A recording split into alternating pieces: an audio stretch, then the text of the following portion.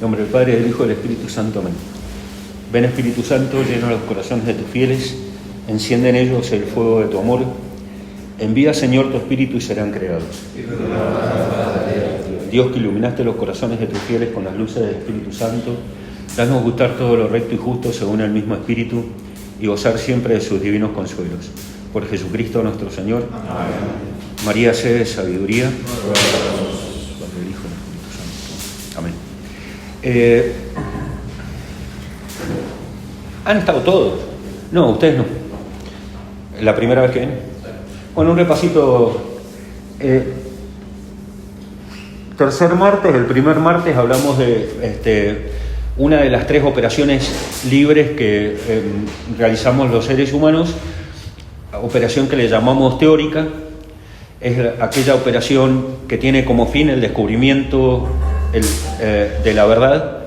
Y la teoría es eso, es la búsqueda de la verdad, en tanto que consideramos que la verdad vale, es importante, la búsqueda de la verdad por la verdad misma. Y decíamos que tiene como objetos la teoría.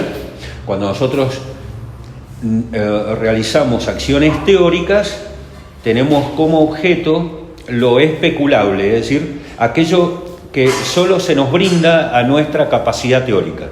Conocer por conocer.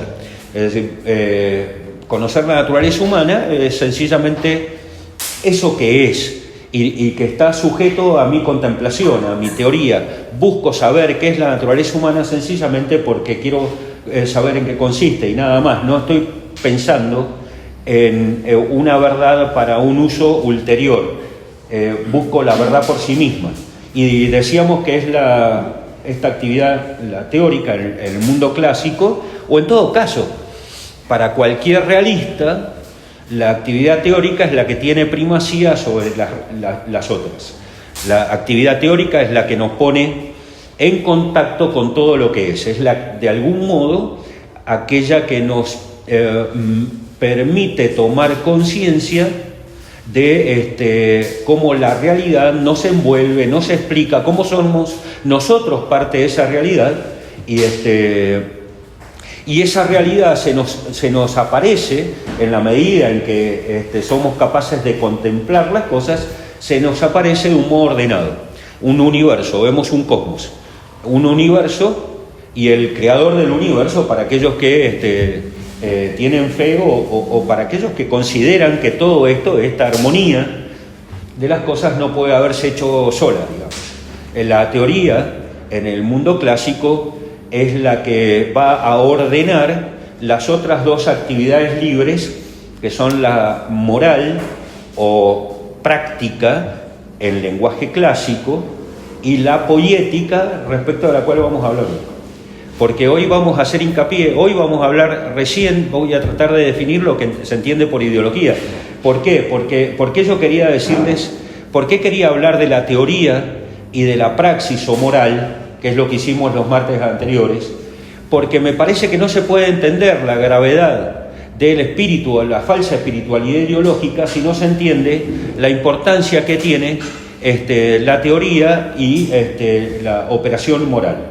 En la medida en que la teoría y la praxis moral caen en nuestra consideración, difícilmente nos salvemos de inclinarnos a una concepción ideológica de la vida en general y en particular una concepción ideológica de la política.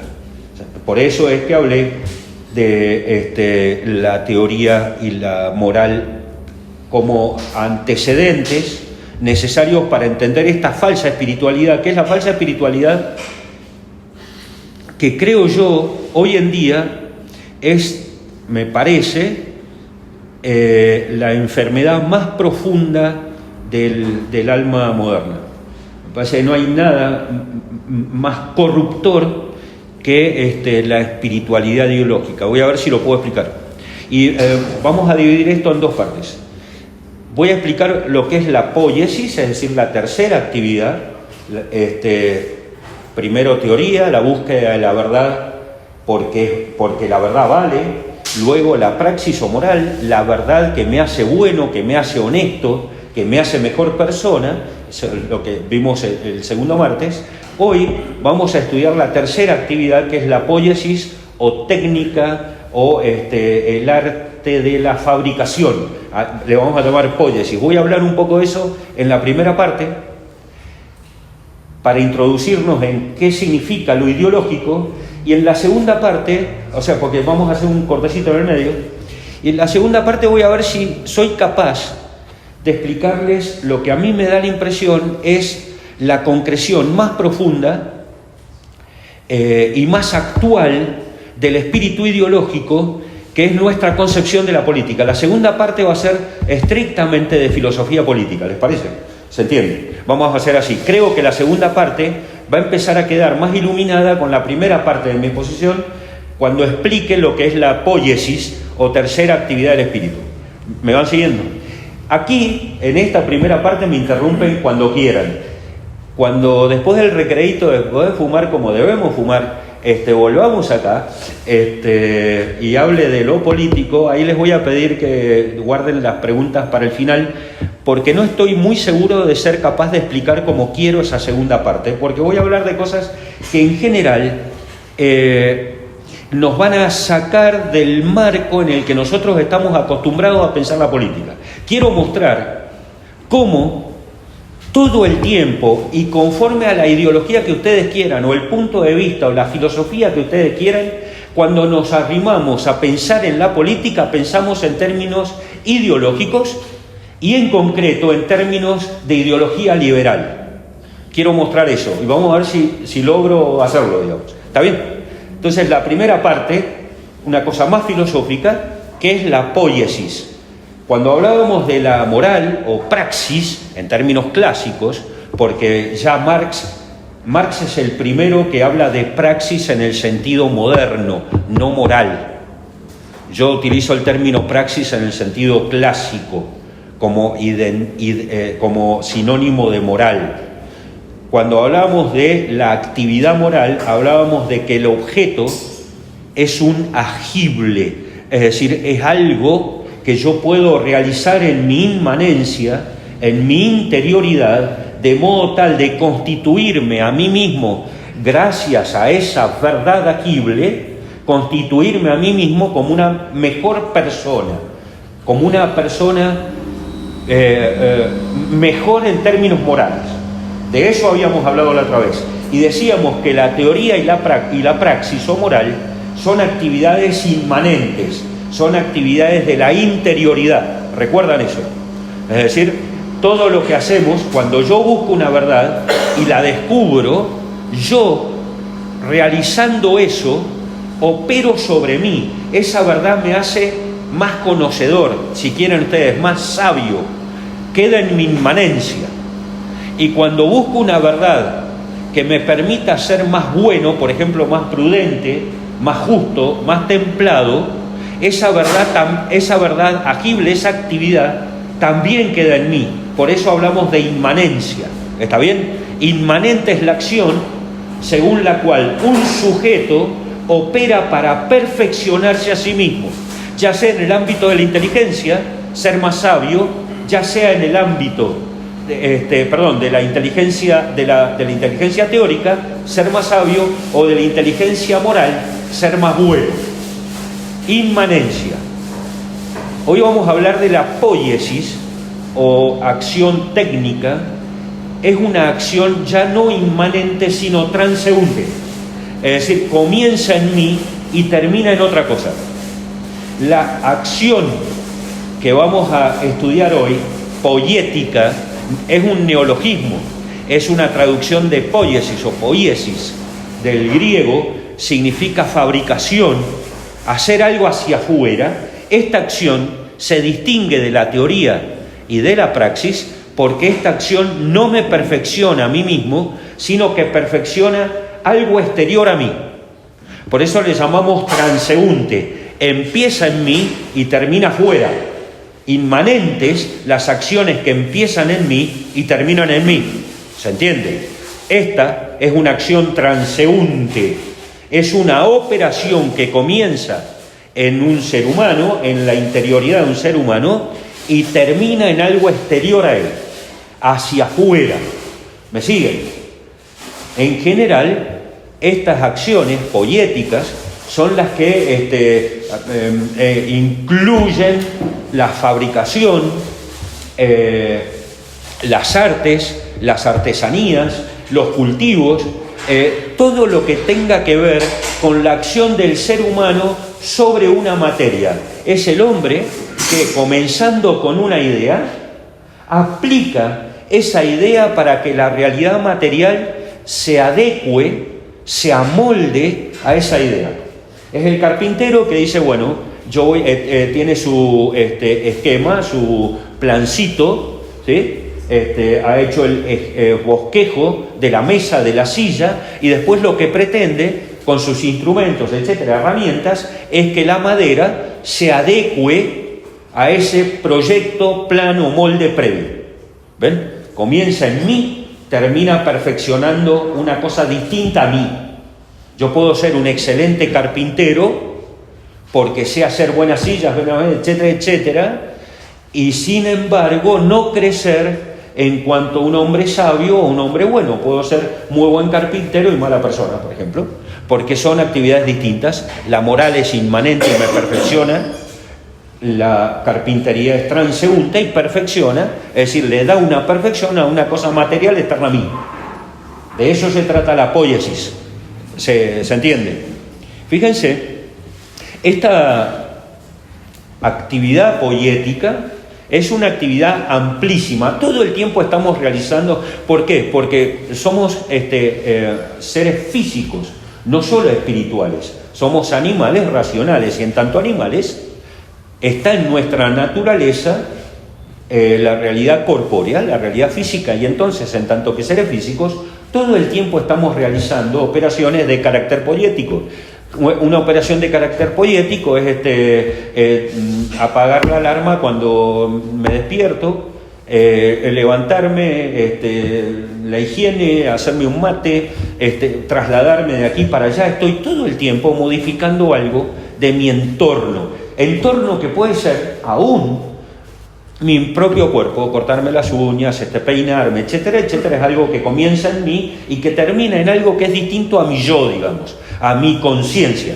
¿Ven? Se va entendiendo. Es decir, que esta actividad es amplísima, todo el tiempo la estamos realizando, no hay nada malo en ella, etcétera, etcétera. Ahora, tiene un conjunto de particularidades. ¿Puedo hacer una preguntita? Sí. Dijiste que es, una persona puede hacer algo, un carpintero puede trabajar bien y sin embargo ser mala persona. Sí. Ahora, ¿eso es totalmente así en absoluto o tiene alguna trasunta algo de la moralidad o la sabiduría de la persona en lo que hace? Depende. Porque ese es un gran tema muy discutido y muy interesante. Yo no sé si es posible resolverlo cabalmente, como todo problema filosófico. El problema de la filosofía no llega a conclusiones totales. Y la pregunta tuya, respecto de la carpintería, sí, se puede ser excelente carpintero y mala persona. La pregunta está, por ejemplo, en las artes y sobre todo en las bellas artes. ¿Es posible que una mala persona sea capaz de plasmar en la materia una belleza de carácter hermoso o sublime, que son los grados más altos de la belleza? Ahí hay toda una reflexión filosófica respecto de eso. ¿Es posible que alguien que sea malo haya acogido un caso de belleza particular para plasmarla en la materia? La maldad, ¿sí? La maldad moral no te cierra acaso a la inspiración de la belleza. Lo digo como pregunta porque acá hay mucho para pensar. ¿Sí? El gran problema de la moral y el arte. El caso de que está en la hora del tapete de jesuita Rumi, que hace mosaico, Sí. que es una belleza, que están en diversos santuarios. El tipo está acusado de violar a una monja. ¿Está qué? Acusado de violar a una monja y haber abusado a un montón de monjas, musulmanas. Bueno, hay que ver primero quiénes son las monjas, ¿no? Porque ahí la verdad es que insisto que es un tema difícil. Sí.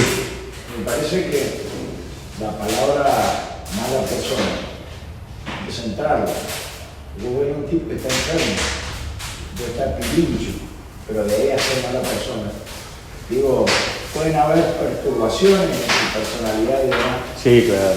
Digo, y que lo pueden hacer aparecer una mala persona. En realidad hay una serie de condicionamientos psicológicos, ¿verdad? Igual tienen desorden interior. Por eso, pero eso puede ser que en lo particular, en determinadas cosas, tipo hay unos pelos extraordinarios, pero que sin embargo esa capacidad en estados normales y demás de su vida se la pasa a hacer cosas sublimes. O más o menos, digo, mala persona, hay que ver. Yo en cierto aspecto uno podría decir, y bueno, insisto, o sea, nos detenemos un minutito en esto porque nos vamos a desviar, o sea, no vamos a resolver este problema porque además no, insisto, es uno de esos temas que es muy difícil. Yo no conozco un estudio, o sea, von Balthasar se dedicó a eso y dedicó toda su teogonía al problema, Gloria se llama su obra, dedicó 6.000 páginas a esta vinculación entre el arte, la belleza y la moral. Castellani se dedicó a esto, el padre Petit, y eso es un tema que no vamos a resolver los seres humanos porque es un tema filosófico. Y el problema de la filosofía es que siempre es una búsqueda de la sabiduría y nunca un alcance de ella. Así que es uno de esos temas de alcurnia estricta filosófica. Pero algo se puede decir, y pienso yo, primero, no sé quién es el cura, y ahí vos tenés primero y principalmente un criterio de belleza. Hay que ver si lo que el cura hace es bello. Y ahí tenés otra discusión filosófica, y es ¿en qué consiste la belleza? Fíjense que hay una de las cosas más hermosas del pontificado de Juan Pablo II, fue haber beatificado a Fra Angelico, estrictamente considerando que Fra Angelico fue un pintor del siglo XIV, un dominico. Juan Pablo II consideró que una persona no santa no podría haber pintado lo que pintó Fra Angelico. Y hay una cosa interesante. Bueno, pero bueno. Un poco plantea eso acá. Gracias. Respecto de Baudelaire también. Bueno, ahí tenés. Bueno, ahí tenés los. Sin embargo, un poeta maldito. Sí, están los tres poetas malditos, Baudelaire, Verlaine y Rimbaud. No fueron. Castellani casi los como beatifica Oscar Wilde. Y en Cristo y los fariseos, Castellani termina diciendo la locura. Eso lo puedo decir yo, lo puedo decir cualquiera de nosotros, que lo diga un cura es un escándalo. Castellani dice en su capítulo sobre Oscar Wilde, de modo tal, al final dice, de modo tal que llegamos a la paradoja de encontrarnos con el sodomita santo, lo canoniza. A Wilde, que lo mandaron en cana a los ingleses porque era homosexual. Y con Baudelaire ponen en duda. Y con Baudelaire las flores del mal. Las flores del mal estuvieron prohibidas durante décadas por la iglesia, digamos. Vos para leer las flores del mal tenías que ir a pedirle un permiso al obispo para que te dejara si era católico. Y Castellani lo levanta a Baudelaire, ni que hablar de Verlaine, en Sensatez, que es un poema hermoso. Bueno, es un tema difícil. Es un tema difícil. Porque además, ¿quién es el santo conforme a nuestros criterios también, ¿no? Porque una cosa es pensar el tema en abstracto y otra cosa es decir, bueno, es mal tipo, luego no puede hacer una obra bella, o esta obra es bella, y ahí hay que ver si uno tiene el criterio, ergo, es un buen tipo. Eso es una cosa distinta. ¿No? Y los cánones de la época también. En el caso de, Lo que, sin embargo, ¿Hay algo en la sublimación por ahí o sea, como Es que muchas veces el encuentro con la belleza... Como que el artista puede sublimar su pecado a través de... Es que muchas veces el encuentro con la belleza es la causa de la conversión. Y el tipo que fue malo dejó de serlo en virtud de que tuvo una aparición, una revelación. Y es la belleza, la misma belleza que después él plasmó, Claudel. El tipo se encuentra con la belleza y después pasa a ser ese poeta extraordinario que todos conocemos. Pero primero tuvo ese encuentro con la belleza antes de ser católico, ingresa en Notre Dame, se encuentra el coro desplegado, etcétera, etcétera, se convierte. Así que está bien eso. Sí, claro que puede serlo. Sí. Te agradezco, Oscar, tu interrupción que me llevó a cualquier lado. O sea...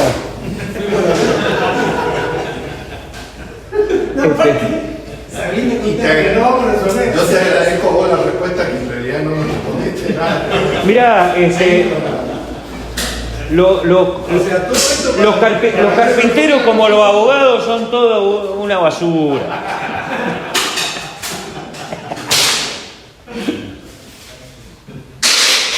Las preguntas para el final, bueno, o sea, eso que yo había dicho para la segunda parte, pongámosla para la primera.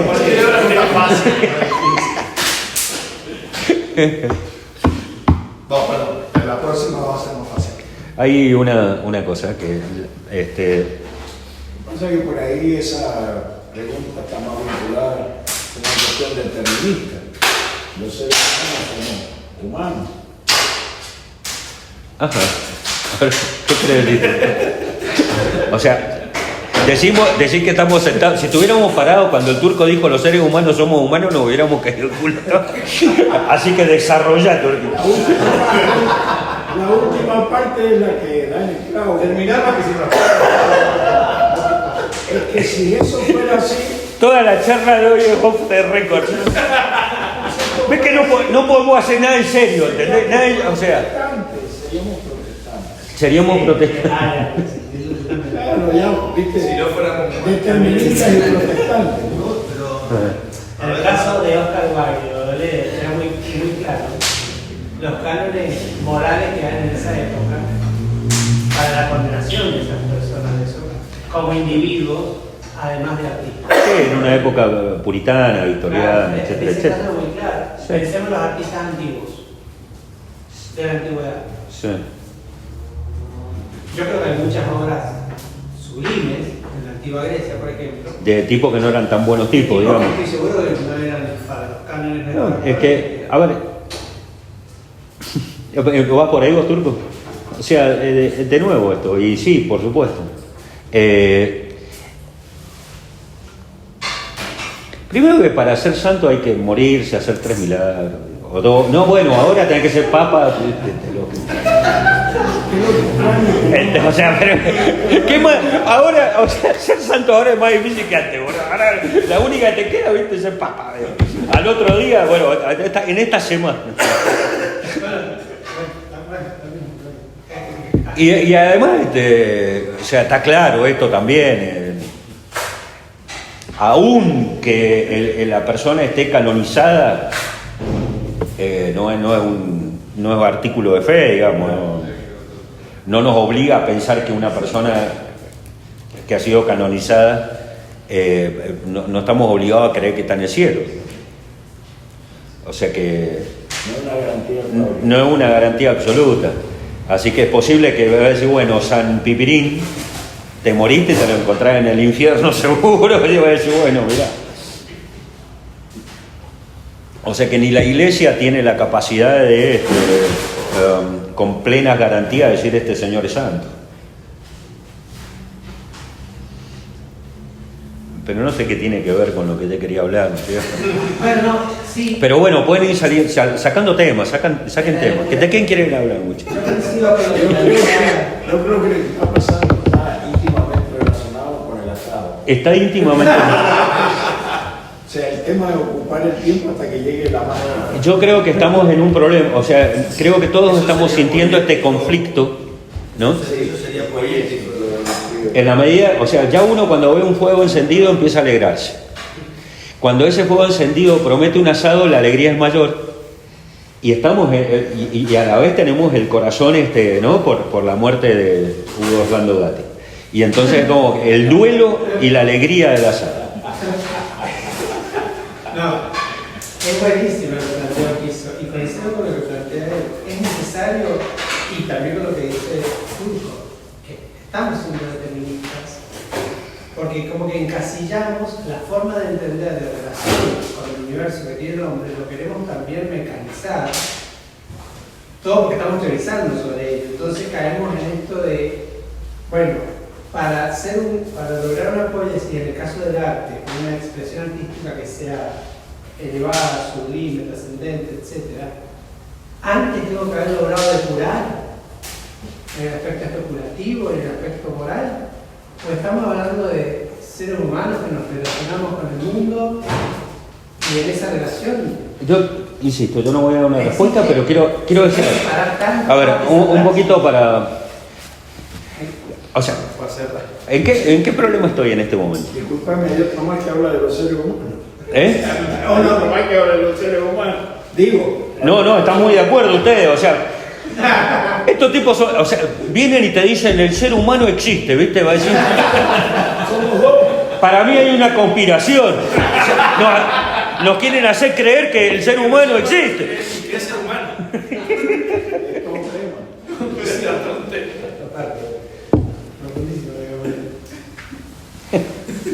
A ver cómo enderezamos esto.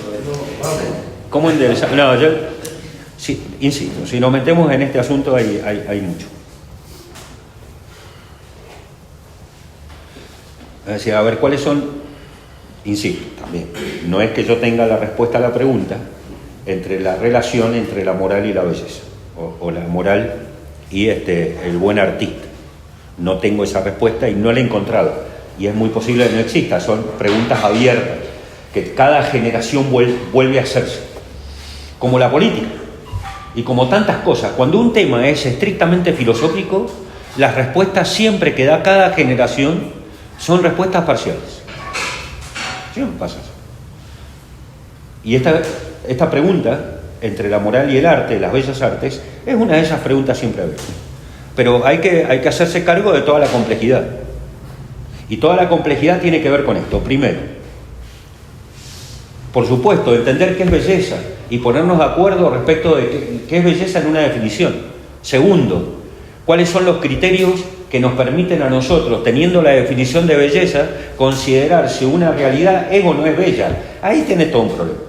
Tercero, ¿en qué consiste la inspiración artística y cuál es la vinculación que tiene el alma del artista, su inspiración, con la capacidad de plasmar esa belleza? En el ámbito de la inspiración, acá se juegan escuelas. Los racionalistas consideran que la belleza nace de la mera interioridad y que no existe un caso de belleza que me inspire desde afuera. Aquellos que consideramos que existe, que es posible la intuición intelectual, a la vez creemos que es posible que la inspiración venga desde afuera. ¿Está claro? De modo tal que acá vos tenés entre racionalistas e intuitivistas, por llamarles de algún modo, tenés todo un problema filosófico de carácter nociológico y antropológico. ¿Me explico? Después tiene que ver en qué consiste la plasmación posible del hombre en la materia. Y aquí vos tenés todas las escuelas que, por ejemplo, la Jimena viene estudiando en Buenos Aires. Todas las escuelas de lo que podríamos llamar las escuelas de arte. Que no sé, que el simbolismo, que el realismo, que todo eso. ¿Cuál es la materia artística? Porque no es lo mismo la materia que utiliza el poeta de la materia que utiliza el que se dedica a las artes plásticas o el músico. ¿Ven? Y entonces decís, bueno, acá hay mucho para estudiar. Y el problema que corremos, el riesgo que corremos, es que como está todo democratizado, muchachos, y la democracia tiene esta ventaja para todos nosotros. ¿Democratizado qué? ¿Eh? ¿Está democratizado qué? ¿Cómo? ¿Qué no escuché? que está todo democratizado y la democracia tiene una ventaja hermosa para todos nosotros, es que tenemos el derecho de opinar sin saber. Y entonces podemos hablar de cualquier cosa sin haberla estudiado en sus pormenores, es genial. Y todos tenemos la misma autoridad, y es lo mismo todo.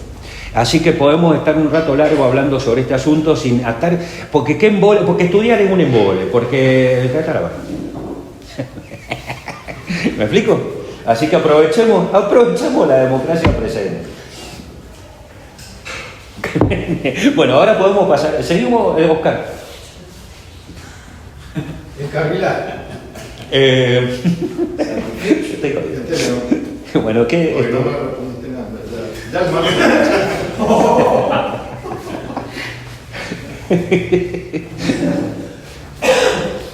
No, Oscar, es que no lo vas a entender.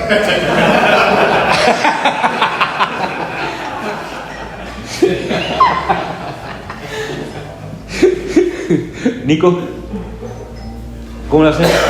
Germán. Sí. ¿Sigo? Sí. Es lo que me está costando porque no me acuerdo dónde había quedado. No por ustedes. Estamos hablando del apoyo, si lo transeguro. Bueno, pero están captando la definición de qué se trata esto. Entonces, ustedes adviertan lo siguiente. Acá tienen un problema teórico. ¿En qué consiste la belleza? ¿Qué es la belleza?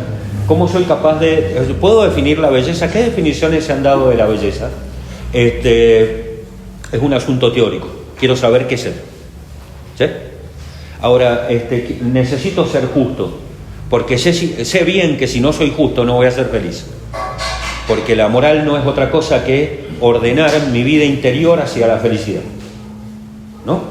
O sea, la moral no es otra cosa que dar los pasos que debo dar para ser feliz. Esa es la moral.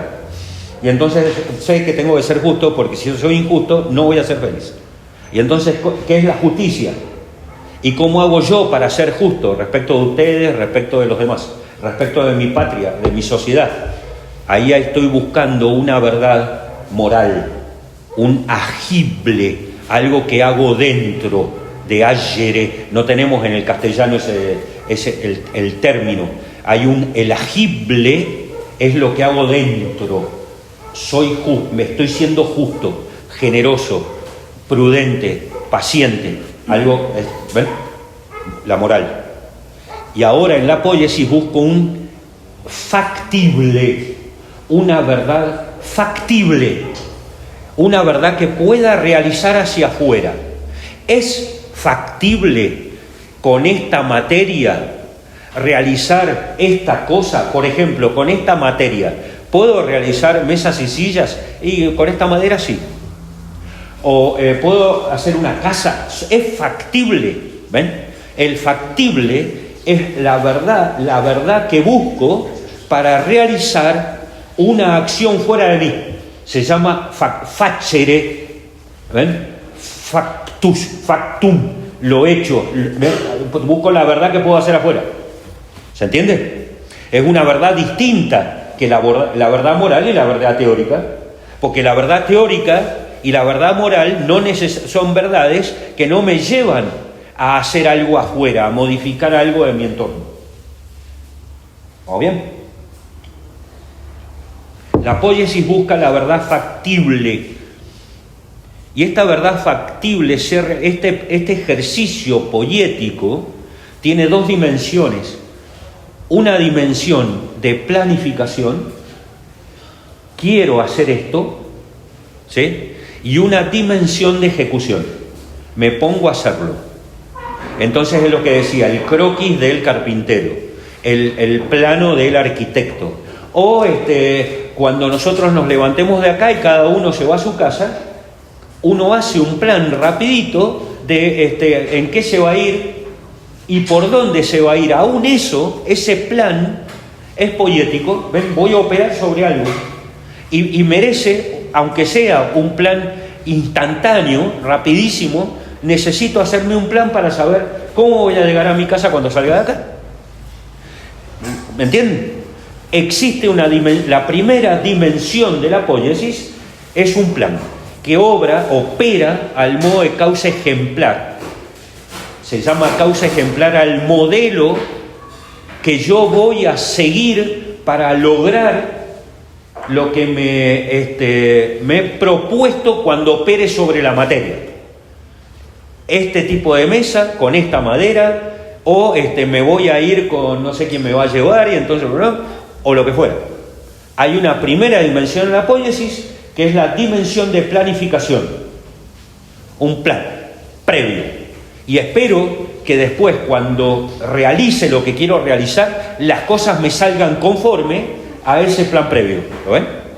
Primera dimensión, planificación. Ahí está el modelo, el croquis, el esbozo, el plano. ¿Ven? La segunda dimensión es la ejecución. Entonces yo soy carpintero y quiero hacer estos muebles y los quiero hacer de este modo. Y si lo quiero venderlo, le pregunto a mi cliente, ¿te gusta así, de estas dimensiones, con esta madera, etcétera, etcétera? ¿Ves? ¿Qué voy a hacer cuando trabaje sobre la madera? Intentar que la madera se adecue a mi idea ejemplar, a mi plano. Yo, que soy mal carpintero, es muy posible que lo piense muy bonito y me salga mal. Un buen carpintero es el capaz de adecuar la materia del modo más perfecto a su plan previo. Entre el plan y la cosa hecha está la ejecución. Me pongo a hacerlo. Entonces, la primera dimensión es puramente mental, la planificación. La segunda dimensión de la poiesis es la ejecución, manos a la obra. Vamos a hacerlo. Marx hizo una trampita, entre tantas. A la dimensión de planificación, Marx le llamó teoría. Y a la dimensión de la ejecución, Marx le llamó praxis. Porque para Marx, la verdad, como nosotros la consideramos, armónica, universal, sagrada, la realidad que creó Dios, ¿sí? Para Marx eso no existía. Para Marx todo es materia. Entonces, para Marx, la dimensión teórica no tenía sentido alguno. Y puesto que no tiene ningún sentido lo teórico, tampoco tiene sentido lo moral. Propiamente no hay bienes buenos que me hagan bueno. No hay nada que amar. No hay nada que reverenciar. No hay nada que admirar. No hay nada respecto de lo cual ser justo en términos morales. Ergo, tampoco, termina con la dimensión moral o práctica Marx, clásica. ¿Y se queda con qué? Con que todo es materia y todo es trabajo sobre la materia. Todo es poiesis, todo es técnica, todo es fabricación, todo es trabajo. Y puesto que todo es trabajo, ¿sí? La dimensión de conocimiento, la dimensión científica, la dimensión interior, racional, es la planificación. Y todo lo demás es la praxis, es decir, la ejecución de mi plan. Tengo la materia, quiero hacer con ella esto, pongo manos a la obra, ejecuto lo que quería hacer. Eso es el hombre para Marx. Por eso el hombre es tanto más hombre en la medida en que más trabaja y entiende trabajar en el sentido de dominar la materia. Hombre es aquel que trabaja, porque hombre es aquel que se pone por encima de siendo nada más que materia, es superior a la materia en la medida en que pueda dominarla. Y el que no trabaja es un burgués. Es decir, es un hombre que está viviendo de aquel que de verdad hace algo, y es el trabajador, porque toda la vida no es sino la operación sobre la materia de modo tal de obtener aquí entre nosotros una sociedad perfecta. ¿Me siguen? Y entonces hoy en día vos te encontrás con marxistas inconscientes que te dicen, ¿para qué tanta teoría si no lo vas a llevar a la práctica? Y entonces decir, para el monje, la vida del filósofo, la vida del investigador, etcétera, que se dedican a la teoría, no tiene ningún sentido para el marxista, puesto que ¿para qué tanta teoría si no vas a llevar todo eso que aprendes a la práctica? En realidad, la teoría la están entendiendo en términos poéticos, de planificación, de construcción racional de un modelo. Fíjense cómo en la política todo el tiempo está esto. ¿Y cuál es el modelo económico que sigue Milei? Yo creo que hay que pensar en un modelo político distinto. Es que necesitamos un modelo educativo como tienen lo que sea. ¿Ven? Modelos, planificación a priori, la poiesis. Nosotros vivimos en la época en la que la poiesis domina nuestras mentes. Estudiamos para realizar fuera de nosotros acciones transeúntes. ¿Me siguen? ¿Vamos bien? Fíjense. Una pregunta. Sí. Eso que vos decís, lo podemos identificar como sistema. Ahí voy. Te agradezco mucho, Tulito. No sé, doctor, si usted... No lo quiero molestar, doctor. ¿Quieres mate? No. Mejor voy con el agua. Sí, ahora vamos a hablar así un poquito. ¿Vamos bien? Digo, porque lo que se estudia es esto. Sí, señor. No, por eso pregunto. Ahí está, y de ahí nos vamos aproximando un poquito. A ver, a modo de anticipación. De anticipo. No se entiende la ideología si no se entiende el predominio de la acción poética a partir del desprecio de la teoría y de la moral.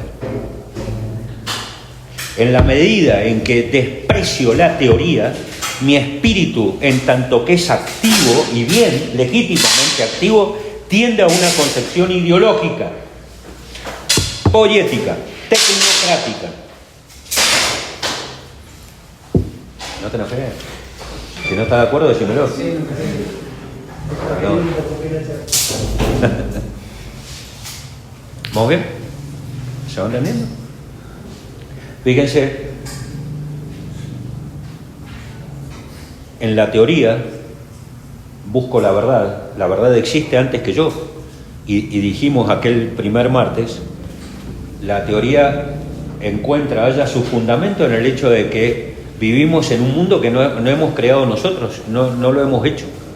O sea, necesitamos saber quiénes somos y dónde estamos, porque no somos nosotros los que nos hicimos y los que hicimos todo aquello donde nos encontramos. La teoría es la búsqueda de saber dónde estoy y quién soy y para qué. ¿Sí? Porque necesito preguntarme sobre algo cuya razón de ser no está en mí. Y preguntarme respecto de qué es todo esto significa una gran actividad de carácter catártico, ¿sí?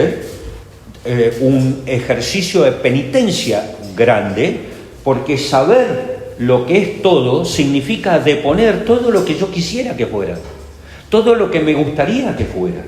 La teoría implica una gran actividad de carácter, si quieren, penitencial, porque para yo poder aprender lo que es una cosa, necesito hacer ejercicios que me permitan negar mis intenciones, mis apetitos, mis deseos. A veces la verdad no es la que nos gustaría que fuese. A veces la verdad no es precisamente la luz que estoy buscando para hacer más plata, para estar más cómodo, para vivir más tiempo. La objetividad teórica es para nosotros, criaturas pecadoras, muy difícil. Y es por eso que le rehuimos. Sin embargo, en la medida en que, por medio de la ascesis, soy capaz de realizar un acto teórico con pretensión objetiva, logro que las cosas me digan lo que son. En el momento en que ellas me hablan, ahí soy pasivo. La verdad es lo que es ella, y no puedo hacer otra cosa que eso, que recibirla. Ahí soy pasivo. hay mucha actividad tratando de desprenderme de mí mismo. Hay mucha actividad tratando de liberarme de mis antojos, de mi egoísmo. Pero en el momento de conocer soy completamente pasivo, es ella la que me está diciendo lo que es. En el ámbito teórico es el ámbito clave de la caridad, del amor. Estoy hablando con una persona y si yo no la escucho, tengo que hacer todo lo posible para atender a esa persona, para, si me aburre, bancarme el aburrimiento, si estoy apurado, soportar que le tengo que dar el tiempo. Hay un trabajo muy grande en escuchar a alguien. Pero saber lo que esa persona es, eso es, desde mi lado es plenamente pasivo. Ella me va a contar quién es. O en todo caso yo observaré quién es. ¿Se entiende? La teoría implica un esfuerzo muy grande. Sin embargo, en el momento de la iluminación, del conocimiento es plenamente pasivo. Ahí quien actúa es la verdad sobre mí. ¿Así es? ¿Está claro? Por eso la teoría no gusta. Es que la teoría no me da ninguna posibilidad de operar de un modo exitoso sobre la realidad. La teoría te exige, al menos, si no la virtud de la humildad, una disposición humilde. La praxis moral también, porque la praxis moral no es sino la respuesta adecuada a bienes honestos. Y los bienes honestos no son los bienes que yo hago, no son bienes que yo creo. El bien honesto es el bien aquel que tiene dignidad en sí. Y entonces no puedo hacer con el bien honesto otra cosa que conocerlo como tal y responder a ese bien honesto como ese bien honesto merece. Y entonces tengo que saber que estoy frente a un ser humano y que ese ser humano, en tanto que es un bien honesto, no es lo que maneja el tractor, no es el que me corta el pasto, no es el que me trae o me lleva los papeles, es un ser humano, no es un instrumento como para que yo gane guita. Y para eso también tengo que hacer un ejercicio ascético.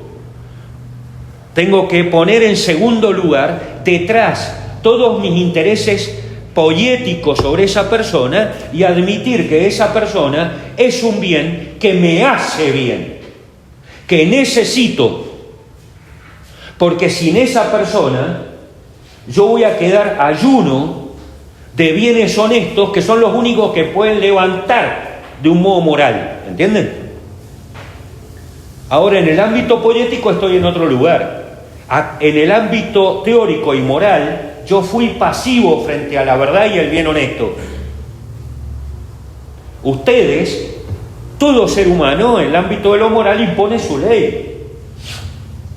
Y en la medida en que yo soy capaz de entender que existe una dignidad humana, que el otro es digno, me someto a esa ley del otro. Eso es el orden natural, que no se entiende. Porque ya no entendemos siquiera lo que es la ley natural. La primera manifestación de la ley natural es la ley que todo ser humano me impone para mi obediencia.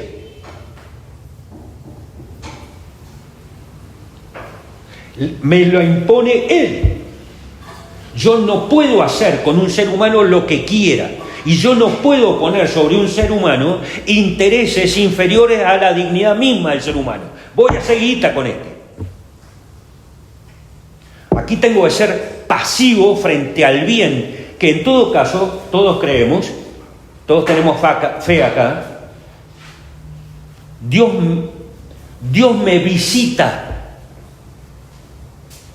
escondido en la dignidad del prójimo. Me visita a Dios, me lo manda para hacerme un bien. Sin Él yo no puedo crecer. Y si yo de un ser humano hago una cosa útil, un bien útil, lo que estoy haciendo no solamente lo estoy matando en su dignidad, sino que me estoy perdiendo el bien que el Señor me envía.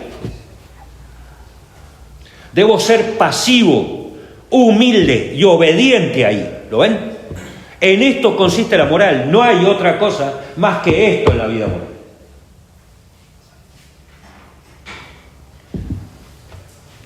Y queremos decir, ya que estamos, entendiendo un poco lo que es la teoría y la praxis, etcétera, etcétera, y cómo en la teoría y la práctica somos pasivos, poco importa lo que tengo ganas, lo que necesito, lo que me conviene, lo que me gustaría, mis cálculos, ¿qué tiene que ver todo eso? En la vida moral es la vida inmanente, teórica, es la aceptación de la verdad. La vida moral es la aceptación de los bienes y su jerarquía, es la obediencia a esos bienes. ¿Por qué? Porque me hacen, la verdad y el bien me hacen. En cambio, en la vida poética, yo hago. Aquí soy activo. Aquí me impongo sobre las cosas. ¿Ven? Allí, en la teoría y la praxis, fui ilustrado, fui perfeccionado, dejé que la realidad me perfeccionara. ¿En qué consiste la bondad? Dice San Bernardo. ¿Quién es el bueno? Dice aquel a quien las cosas le parecen como son. Bueno es aquel a quien las cosas le parecen como son. En cambio, en la poiesis ya no soy hecho, yo hago. ¿Ven? ¿Se entiende? Aquí soy activo sobre las cosas. Las cosas empiezan en mi proyecto y terminan con mi ejecución. Aquí son las cosas las que tienen que obedecerme. Y a veces las cosas se resisten, ¿o no? Y yo no puedo hacer. Tengo la madera, sé cómo trabajar la madera, pero no tengo herramientas. Más difícil. Necesito herramientas para vencer la resistencia de la madera, ¿verdad? O sea, muchas veces, entre la planificación y la ejecución, yo necesito un plus de poder. Necesito algo que me permita accionar sobre la materia para que la materia me obedezca, ¿ven? Por eso, para la teoría y la praxis, propiamente, no necesito ninguna herramienta. Porque es la verdad la que me hace a mí. Debo ser dócil. De docilidad viene, ¿se acuerdan que hablábamos hace poco, chicos? Docilidad, el diccionario de la RAE, ¿qué es dulzura? Dulzura es ser afable, es ser dócil y algo más. La dulzura es la capacidad de que alguien te diga, te ilustre, te constituya, te conforme. Aquí estamos en otro ámbito.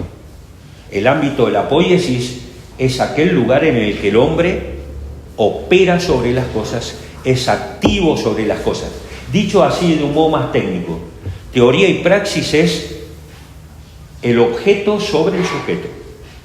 En la poiesis es el sujeto sobre el objeto. ¿Ven?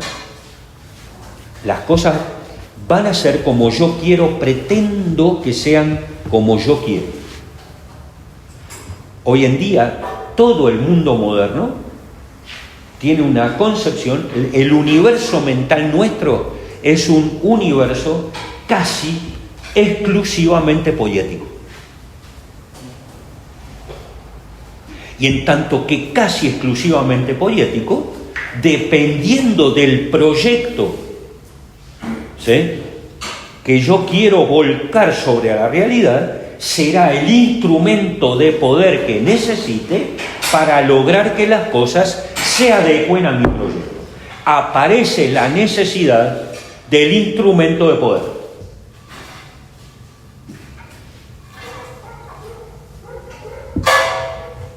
¿Se entiende?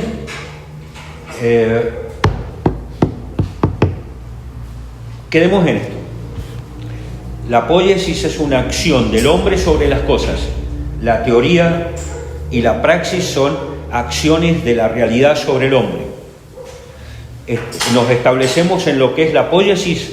La ideología es una concepción poética de la política. La ideología es una concepción poética de la política. La ideología nace cuando el hombre empieza a ser dominado por el afán de poder. ¿Vamos bien? Recuerden esto, para después del recreo. Entre la planificación, mi modelo, y la ejecución necesito instrumentos de poder. Instrumentos de poder. Aquí va a aparecer lo que mencionaba Ernesto recién. El modelo, puesto que el modelo es una idea a priori sobre las cosas, el modelo ya de por sí implica una concepción sistémica, cerrada en sí. No, las cosas no son como yo quiero.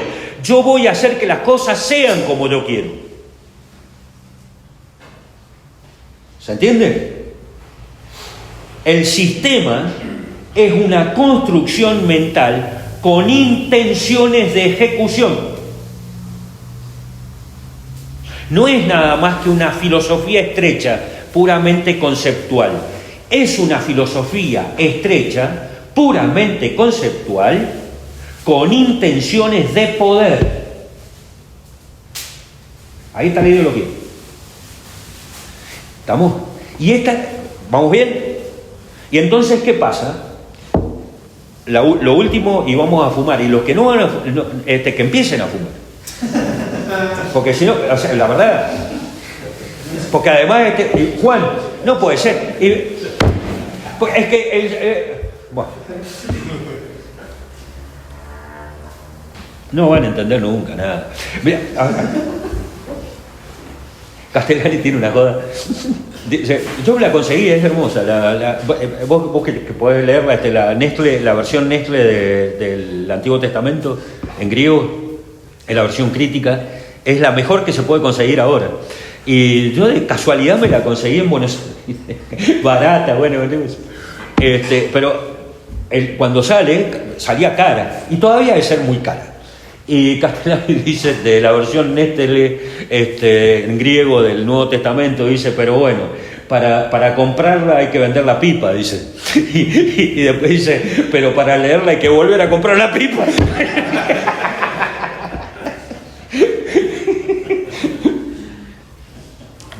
La última cosa, miren. Vamos a hacer hincapié en el momento poético, ideológico de la planificación. Acá es donde ingresa el sistema, acá ingresa la narrativa, acá está la publicidad, aquí están los grandes simbolismos como para, aquí aparece la arenga. La arenga, los discursos desde la tribuna, la persuasión, los grandes símbolos que te llevan al alma, viva la patria, la soberanía, la independencia, la libertad del hombre. Todo en el ámbito poético de una narrativa que busca que la materia sobre la que el narrador quiere actuar sea dócil, esté frente a esa materia masificada. Acá no hay realidad, acá hay una planificación que espera ser real. En el proyectito del carpintero, ¿no? Como todavía no hay mesa, esto es un papel, ahí está, todavía no hay mesa, yo no me puedo sentar en el croquis, en el dibujo. ¿Está bien?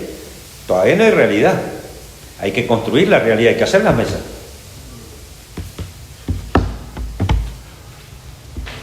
Y este sistema, a priori, ustedes sáquenlo de donde quieran. Y así como puede decir, bueno, el señor, el carpintero usa lápiz y otro usa tinta, y entonces vos con el proyecto político, a priori, vos podés utilizar lo que vos quieras, podés hacerlo, es nacionalista y católico, es liberal, capitalista, socialista, peronista, es lo que vos quieras. Es ideológico.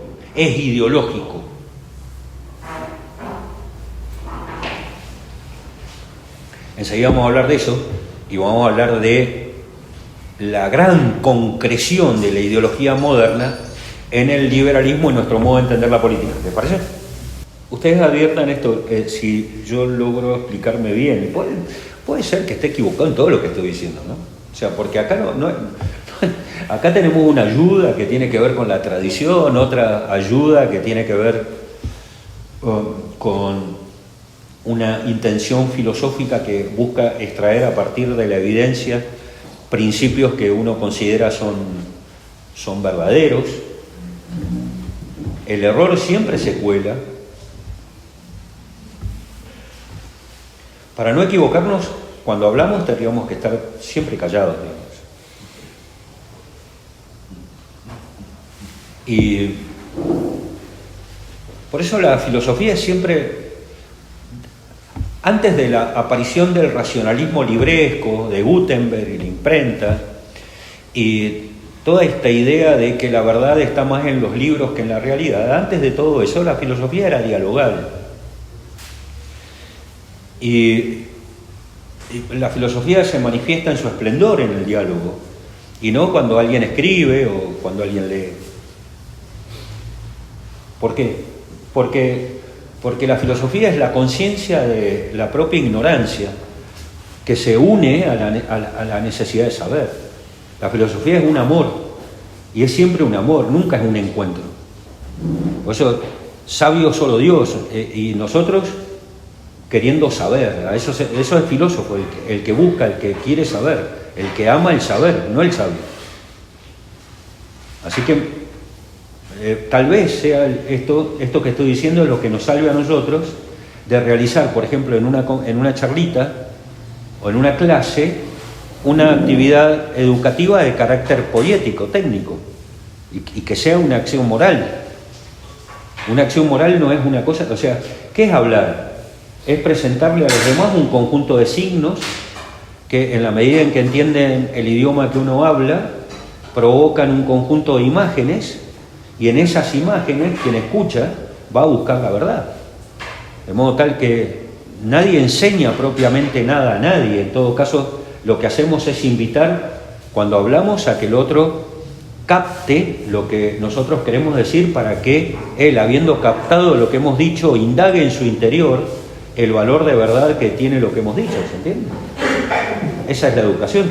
Por eso existen dos de magistros que son maravillosos, el de San Agustín y el de Santo Tomás, y ambos coinciden, a pesar de tener una filosofía muy distinta, los dos coinciden en que, propiamente hablando, nadie le puede enseñar a nadie. El único que es de verdad nuestro maestro es Jesús. Pero nosotros, los seres humanos, no hacemos otra cosa que presentar un conjunto de signos. Esos signos son, en general, palabras que pueden ser orales o escritas. ¿Se entiende? Por eso es tan importante el diálogo, y por eso es que la filosofía clásica fue mucho más dialogal. Uno difícilmente se imagina a Platón leyendo y leyendo y leyendo. Eso tiene que ver mucho con el racionalismo moderno. También les he dicho esto, yo tengo una batalla en contra de los libros, porque no es que no me gusten, a mí me gustan, pero yo creo que el alfabetismo ha provocado una inmensa cantidad de necios. Más de una vez me he encontrado con personas que me han hecho pensar qué sabio serías si fueran analfabetos, porque creen que la sabiduría está en los libros, creen que por mucho leer, y se les pasa la realidad, se les pasa. El padre Patricio dice una cosa hermosa en un comentario a un salmo, a partir del cual habla de la caridad. Dice, los cristianos ya no vemos al hombre sufriente, ya no vemos al que sufre, porque además somos demasiado débiles para ver al que sufre. Otro de los signos de la época, esta época poética, fíjense, la teoría, estoy hablando de esto esperando a los muchachos, como para decir, bueno, ¿viste?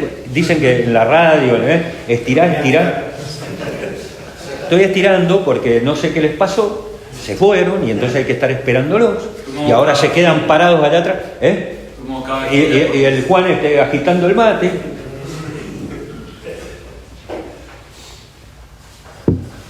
Fíjense que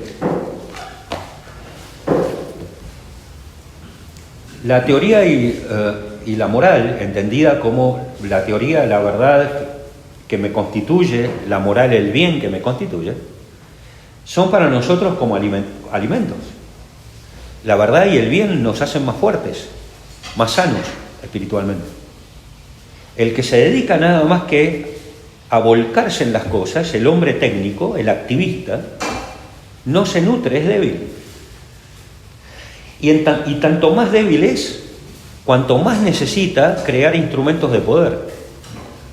Tanto más débil sos, más necesitas la plata que te garantice la salud mañana. Tanto más débil sos que necesitas seguridad, alarmas, un ejército. Porque sabes que sos débil. ¿Y por qué sos débil? Porque estás mal nutrido. La medida, ¿se acuerdan que hablábamos no hace mucho, Martín? Y había otros acá. ¿Por qué el capital es cobarde o el capitalista es cobarde? Porque ama a bienes que se van a morir. Y decir, la valentía me la da la eternidad del bien que amo. El tipo que ama un bien que no se va a morir, ese no tiene miedo a nada, porque quien ama está más en lo amado que en sí mismo. Si yo amo un bien que no se muere, yo estoy más en ese bien inmortal que en mí mismo. No le tengo miedo a nada. Ahora, en la medida en que amo bienes mortales, me constituyo necesariamente en un cobarde, porque sé que ese bien es mortal, tarde o temprano lo voy a tener y pongo toda mi vida al servicio de custodiar ese bien que sé que está en peligro. Porque es la naturaleza de la verdad y del bien la que me hace fuerte. Y si yo soy nada más que un hombre de la vida poética, soy un hombre que da, que nunca recibe, soy un desnutrido. Y se me nota. ¿Lo ven? Por eso el capital es cobarde. El burgués siempre tiene miedo. Tanto miedo que hay cosas que no se pueden hablar. Hay tabúes, la muerte. Che, no hablemos de la muerte. Es que no, bueno, pero es que a mí no me importa mi muerte. Me debe hablar de muerte de las personas que amas. Pero si las personas que amas es como cada uno de nosotros, cuando fue creado ingresó en la eternidad. Somos seres humanos. Lo que va a cambiar es el modo de existencia nuestro. Pero vamos a existir eternamente. Ya no vamos a dejar de existir. Estaremos un tiempito acá, perderemos el cuerpo y luego lo recuperaremos. Pero esta no es nada más que una pequeña experiencia de una experiencia que tendremos eternamente. ¿Qué te pueden sacar? ¿Qué podés perder? ¿A qué le tenés tanto miedo? Tenerle miedo a tu odio, tenerle miedo al pecado, tenerle miedo a tu injusticia, tenerle miedo al amor ese apasionado que tenés por bienes que no valen nada. A eso tenerle miedo.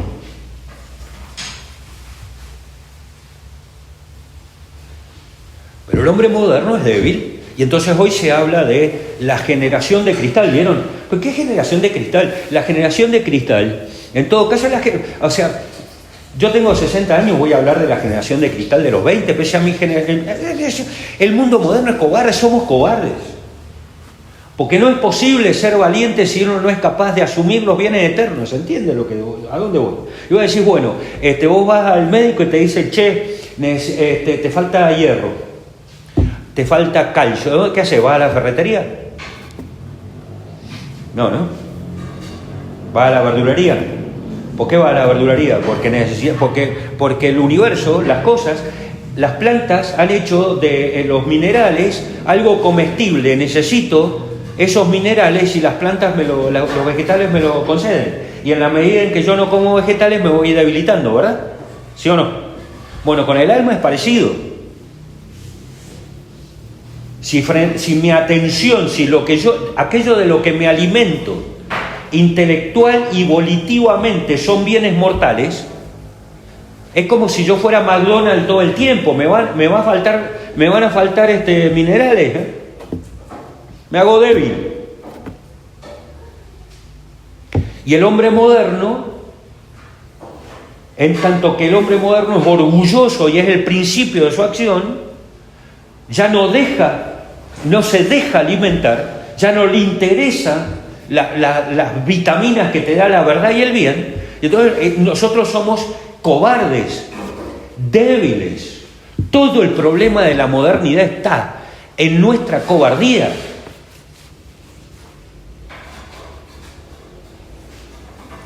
En la desontologización de nuestra vida. Ya no vemos el ser en su permanencia y eternidad.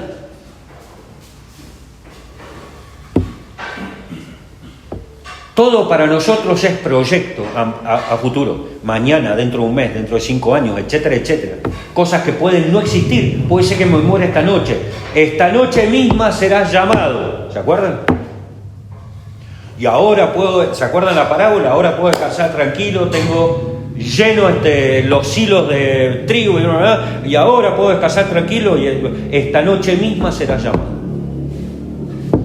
Quien apuesta a una alegría a futuro en el tiempo, sabe que puede no existir, puede ser que ese mañana no llegue, y es por eso que el tipo tiene miedo.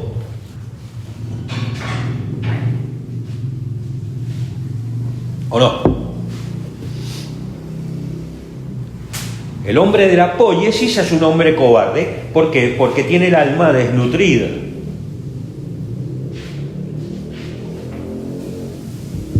Porque todo su éxito está en lograr que las cosas se adecuen a esas necesidades, falsas necesidades que se ha propuesto cuando ha elaborado un proyecto, un plan. Y si no se cumple, ¿qué voy a hacer? Rezamos la providencia, que hoy en día, como se entiende la providencia es más o menos el cajero automático que tenés los fines de semana. Si la cosa no funciona, viene la providencia, ¿viste? Como el comodín. La providencia es una cosa eterna. La providencia ya se da y no va a pasar nada fuera de la providencia. Te guste o no te guste, la providencia se cumple inexorablemente. No es la garantía de seguridad, no es ¿cómo se dicen esas cosas médicas que hacen como para que... el seguro. ¿Seguro médico? Una obra social, ahí está. La providencia no es la obra social. Si me llega a pasar algo, yo la vengo pagando, aparece Dios y te dice, quédate tranquilo que aquí estoy. La providencia es eterna. Y nosotros vivimos en el plan providencial, existimos participando del plan providencial. Y ya está. ¿Qué es el futuro para la providencia? Nada, porque para Dios un día es como 1000 años y 1000 años como un día. El activista es el hombre desnutrido y el que pone todas sus esperanzas en aquello que es capaz de construir. Y necesita construirlo porque siente que sin esa construcción, el plan de construcción viene preñado de una ilusoria intención de felicidad. Quiero mi felicidad y entonces debo cumplir con este proyecto. Quiero la felicidad de la patria y no va a ser feliz la patria si la patria no se adecua a este proyecto, a este modelo. ¿Ven? Todo en el tiempo y todo a la espera de nuestras capacidades constructivas. Así funciona el espíritu ideológico y entonces yo puedo hacer apostolado de un modo ideológico, puedo enseñar de un modo ideológico, miro la política de un modo ideológico, educo a mis hijos de un modo ideológico, me miro a mí mismo moralmente de un modo ideológico, porque todo implica la construcción, la resolución de mi proyecto mental en la realidad. Todo se resuelve en la realidad, ¿se entiende? ¿Lo ven? Por eso Calderón tiene esta afirmación, para mí es una forma adecuadísima.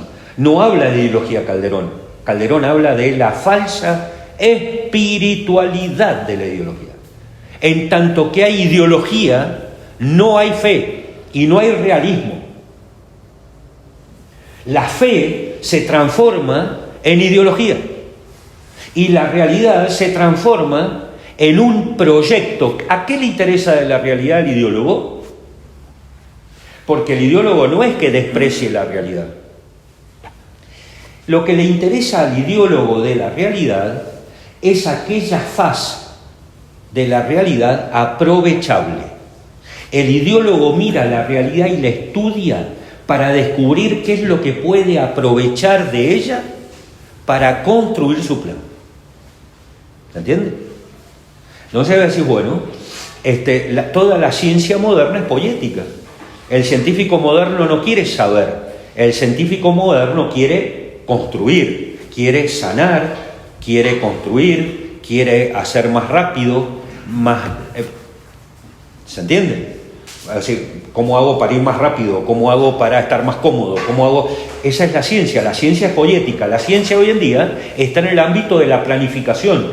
Para vos poder, o sea, ustedes los que estudian ingeniería, Andrés, ahí está, que me decía, das una materia, algo así como resistencia a materiales o algo así. Planificación. Ahí está. O sea, si vos querés hacer un puente, si querés hacer una casa, lo que quieras hacer, necesitas saber algo de la realidad. ¿Qué necesitas saber de la realidad? Aquello que la realidad te presenta para que vos puedas utilizarla para hacer el puente, hacer la casa. Y entonces ahí está la ciencia. Es decir, qué resistencia tiene tal madera a este peso es importante para un tipo que va a hacer un techo. No es que no le importe la realidad, le importa de la realidad su faz técnica, aprovechable. En la política, lo que nos importa para operar poéticamente sobre ella, en general, nos lo cuentan las estadísticas, por ejemplo. ¿Vamos bien? Quiero mostrarlo. Acá me van ustedes a disculpar. ¿Por qué? Porque yo no voy a decir nada para que ustedes sepan. Lo que he pensado decirles es para que ustedes piensen y estudien. ¿A ver? Si se entiende el esquema, porque no se puede dar en una charla un esquema, es más que un esquema, o un poco más que un esquema. Quiero que se advierte cómo algo salió allí. Cuando uno fuma sale en verdad esto.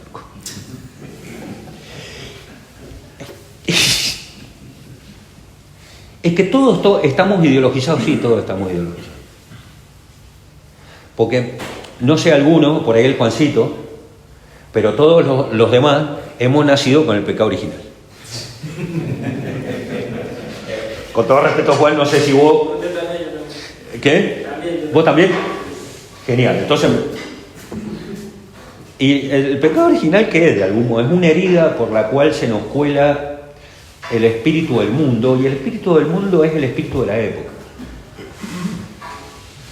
De modo tal que entendernos como hijos de Adán es saber que en nosotros están todos los vicios y los errores de la época, que tenemos que salir de ahí, que el Señor nos salva, nos cura de esos vicios, pero que de entrada los tenemos todos. O sea, decir yo no estoy ideologizado es como si me dijera yo nací en el siglo XIII. No, flaco, naciste en este. O en el pasado, hace poco. O sea, solo el orgullo nos puede hacer creer que no estamos infectados de los virus de la mentalidad moderna. Aceptemos que por la herida del pecado se nos metió el mundo. O sea, cuando hablo de esto, en todo caso, se los cuento a ustedes y me lo digo a mí mismo. Debe ser. ¿Quién no es hijo de su época? En todo caso, la fe nos permite no ser nada más que hijos de nuestra época. Pero no podemos no ser hijos de nuestra época. O sea, Santo Tomás no se entiende sin el siglo XIII. Santo Tomás, Alberto, San Buenaventura, Reginaldo, todos esos son medievales del siglo XIII hasta la pelota.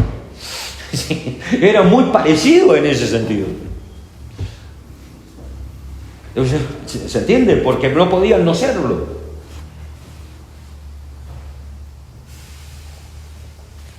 Voy a decir algunas cosas que tienen que ver con... vos querés que vaya cerrando. Y mira, mira, te voy a decir una cosa, querido. Anda demorándome el asado.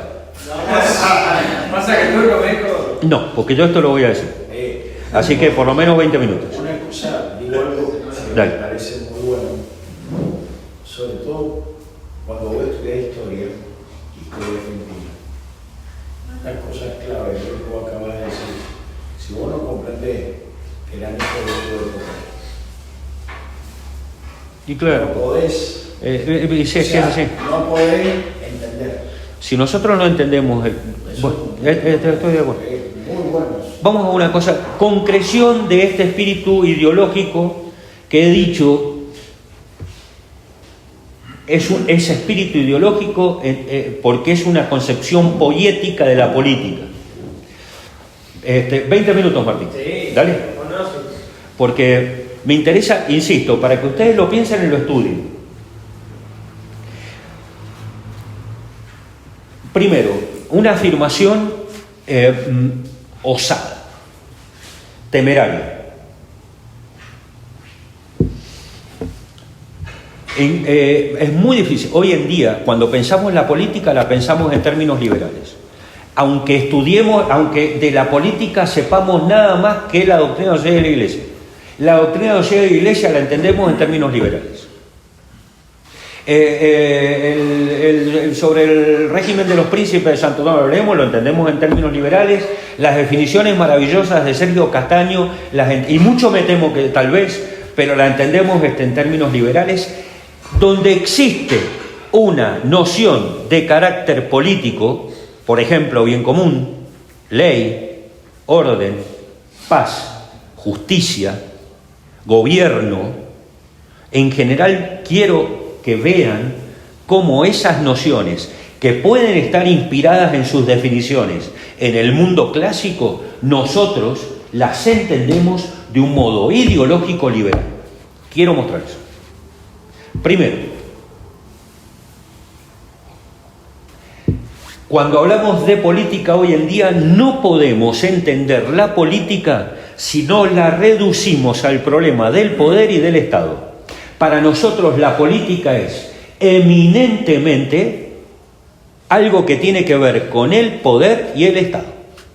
No soy capaz de pensar la política fuera de las nociones de poder y Estado.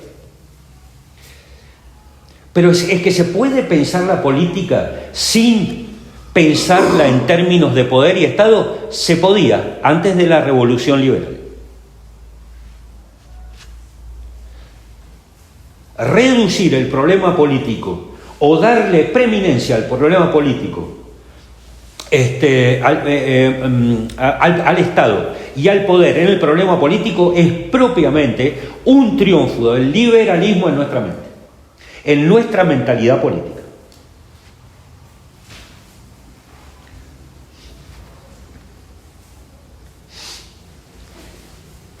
El estudio de la política para nosotros, insisto, saques tus definiciones de donde quieras, de la obra de Santo Tomás de Aquino, del orden natural de Saccheri, de donde vos quieras, hayas leído a los socialistas o lo que vos quieras.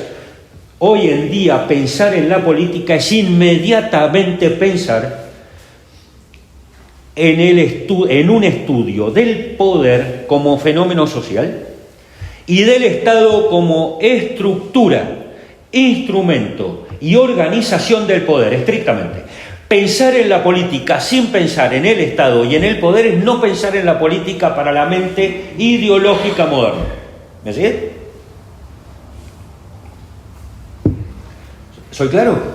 De modo tal que quien se dice no soy liberal y entiende la política en estos términos, es liberal inconscientemente, porque tiene una concepción, porque ha recibido la conceptografía, el marco que el liberalismo le ha impuesto para explicarle a ese señor qué es la política. Y es por eso, quiero decir, esta concepción liberal de la política que se reduce al poder y al Estado y que hace del poder y el Estado el problema eminente de la política, es lo que ha provocado la infertilidad del católico y del realista en la vida política. Nosotros somos eunucos en la vida política porque en términos políticos somos cualquier cosa menos católicos y realistas. Somos liberales. Aquí yo encuentro la primera razón de nuestra católica, inconsistencia política. Hemos perdido una concepción política como lo que nos constituye. Hemos perdido, ya no entendemos lo que significa ser naturalmente políticos. Consideramos que nuestra naturaleza política es contingente, deliberada, no necesaria. Para nosotros la polis no nos constituye. Tenemos una concepción, en tanto que liberal, una concepción instrumental de la polis. La polis es un instrumento que permite que yo obtenga lo que necesito para vivir bien. La polis es un instrumento, no me constituye. Se presta o no se presta. ¿Para qué? Para aquello que previamente yo soy. Me creo yo que soy anterior a la polis. El liberalismo parte del hecho de considerar que las personas son anteriores a la polis. No es capaz de entender que la polis, el todo, es anterior a las partes. Creemos que somos nosotros antes y que, puesto que nos asociamos, parimos la sociedad política. Esto es liberal.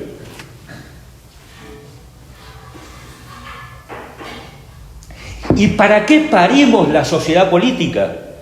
Para obtener de ella todos los bienes que nosotros, de un modo aislado, no podríamos obtener. Es decir, yo solo, ¿de qué como? ¿Con quién me junto?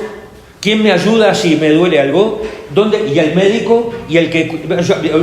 Necesito de los demás. Primero soy yo, y la polis es un pacto que realizamos, ¿para qué? Para obtener en sociedad aquello que yo solo no podría obtener. De modo tal que la sociedad, el pacto, es un instrumento que está a mi servicio. La sociedad está a mi servicio. Y entonces, puesto que estás a mi servicio, puedo juzgar la sociedad y decir: esta sociedad es una mierda, me aparto. Porque no cumple con aquellas expectativas que yo he volcado sobre ella, de modo tal que si una sociedad no me da lo que por derecho tengo que tener, la desprecio. Esta es una concepción instrumental y no constitutiva. Me estoy considerando un individuo que libremente ingresa en la sociedad en tanto y en cuanto la sociedad me satisface que lo que yo considero son mis derechos naturales. Entonces aquí, ¿lo van viendo? Este modo de pensar, insisto, no existiría si no hubiera triunfado sobre nosotros la mentalidad ideológica liberal. Yo he dicho alguna vez esta cosa, algunos me lo han escuchado decir. En la Argentina somos todos liberales. Y cuando fue Massa contra Milei, yo decía, bueno, acá hay dos liberales, un liberal de carácter socialista, si se puede decir eso de Massa, y un liberal de carácter individualista, pero son todos liberales. ¿Por qué? Porque tienen esta concepción de la política. El nacionalismo católico que sube a la tribuna y putea lo que se hace desde el Estado, está mirando la política como la mira cualquier liberal. Ya vamos a llegar a eso. La sociedad política me constituye, y yo todo lo que soy, lo bueno y lo malo, todo en aquello que creo, todo aquello que tengo, la razón por la cual todavía estoy vivo, el idioma que hablo, todo se lo debo a mi sociedad política. La acción política no es nada más que mejorándonos, mejorarme. es una acción moral, inevitable.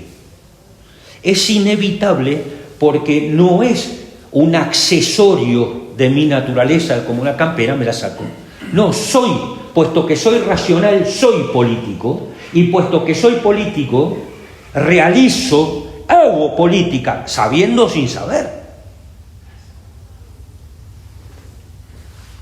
Por eso Santo Tomás, lo pensaba decir al final, pero como el Martín me está corriendo, mentira. Santo Tomás, cuando dice la ignorancia o el desprecio de la primacía del bien común sobre los otros bienes provoca una multitud de pecados, está hablando como habla un realista, no como habla un católico, como habla un realista, como entendió la política, el realismo siempre, desde Platón y Aristóteles. Es grave el desprecio por el bien de todos. Es grave el desprecio por una buena convivencia. Es grave poner mis intereses particulares, familiares, parciales por encima de los intereses del bien común. ¿Por qué? Porque me daño. Porque no puedo ser más que lo que mi sociedad me permite conforme a su etos, a su moral.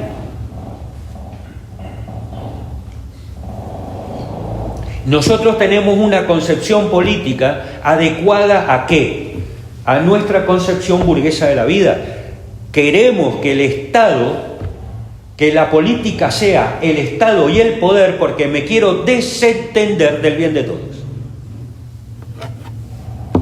No tenemos sino la concepción política que nuestro egoísmo quiere que tengamos. Y entonces ocurre esto, fíjense, toda reflexión política es una reflexión política que se plantea conforme a binomios en los que hay un factor común: Estado y sociedad, Estado y mercado, Estado y nación, Estado e individuo. Siempre es lo prepolítico, la sociedad, el individuo, el mercado, y lo político, que es el Estado. De modo tal que tenemos una polis, una sociedad política, que no es política, y un Estado que monopoliza lo político despolitizando la polis, ¿entienden? Es decir, tenemos una polis despolitizada y tenemos un Estado que monopolizando lo político no es polis. ¿Qué es el Estado? ¿Me siguen?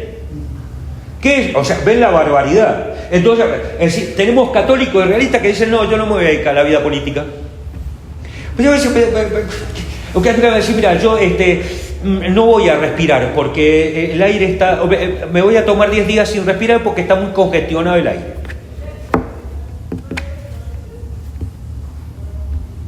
Entonces no me vengan a decir... O sea, insisto, léete todas las encíclicas de la doctrina social de la Iglesia y vas a ver cómo me las interpretas en clave liberal, ideológica.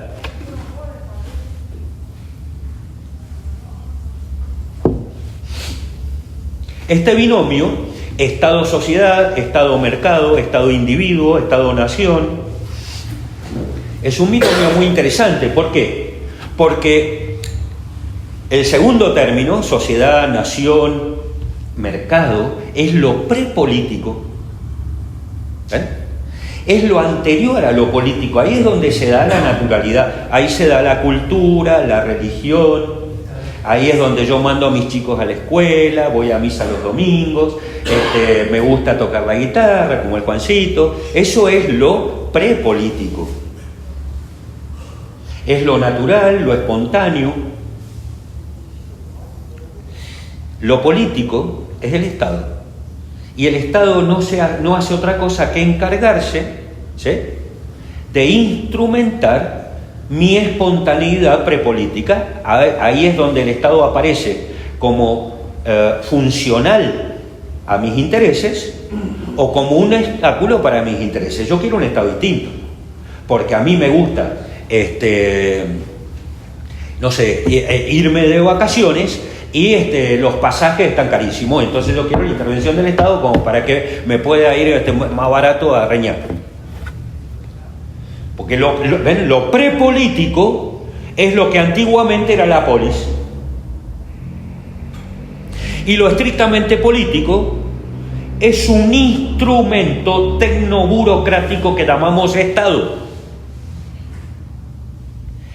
que opera como todo instrumento en manos del gobierno, opera sobre una masa prepolítica que es la sociedad. Y desde esta masa prepolítica es que juzgamos a un gobierno y el uso que hace ese gobierno de este instrumento que es el Estado. ¿Lo ven?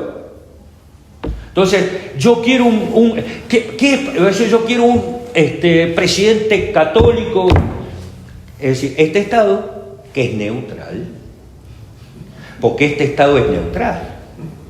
Porque, a ver, vos tenés un serrucho y en el serrucho no está que vas a cortar tanto de madera, que vas a... No, el serrucho es neutral. El que le da el carácter al serrucho sos vos, que lo vas a usar para esto, para aquello. El instrumento, el Estado es neutral.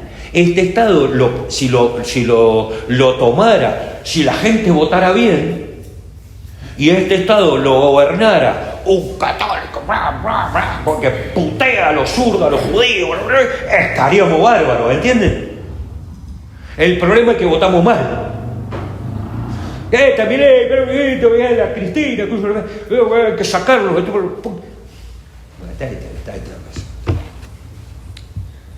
No va a pasar, muchachos. No va a pasar. ¿Y por qué no va a pasar? Sencillamente porque si vos asumís los principios del liberalismo y no vas a terminar de vencer al liberalismo, hermano, porque vos sos un liberal. Y entonces me han escuchado decir una cosa: una vez que se instaló el liberalismo en la Argentina, con la Constitución 5360, cuando todo se fue al centro, a Buenos Aires, cuando se destruyó todo lo que quedaba de esa cultura que a mí me gusta llamarle la participación de Guadalupe en el Gran Tucumán, con Chile, con el Virreinato el Virreinato del Perú, cuando olvidamos lo que pasó en el Congreso de 1816, el turco lo sabe bien, no eran unos ilusos, unos dinosaurios pensando la política cuando pensaron en establecer una monarquía con las provincias de Sudamérica, porque ya no se habla, en el Congreso del 16 no se habla del Virreinato del Río de la Plata, sino de las provincias de Sudamérica, a donde vienen representantes del Perú. ¿Está bien? Antes de que hubiésemos sido derrotados por el liberalismo, derrota que ocurre de un modo jurídico en el 5360 con la Constitución. ¿Qué pasó desde ahí? 5360 para la Argentina fue haberse agarrado una diabetes, una enfermedad en la que se te bajan las defensas, y después vinieron los socialistas, los peronistas, etcétera, etcétera, como la enfermedad oportunista. Las enfermedades oportunistas que se aprovecharon de una Argentina débil, una Argentina liberal, sin historia, sin realidad, sin territorio. Ahí tienen otra nota de la política liberal. La otra nota de la política, ¿me siguen? La otra nota de la política liberal es entender la política fuera de las exigencias de la convivencia. Hay política donde hay convivencia, y convivencia no puede existir sino porque compartimos un territorio en un determinado momento. Yo no convivo con aquellos que se murieron hace, que se murieron ayer. Y ya no hay convivencia porque ellos no están en este tiempo conmigo. Y tampoco convivo con los chilenos o los porteños. Política implica convivencia. ¿Qué es la política en términos realistas? La ordenación de la convivencia para vivir mejor.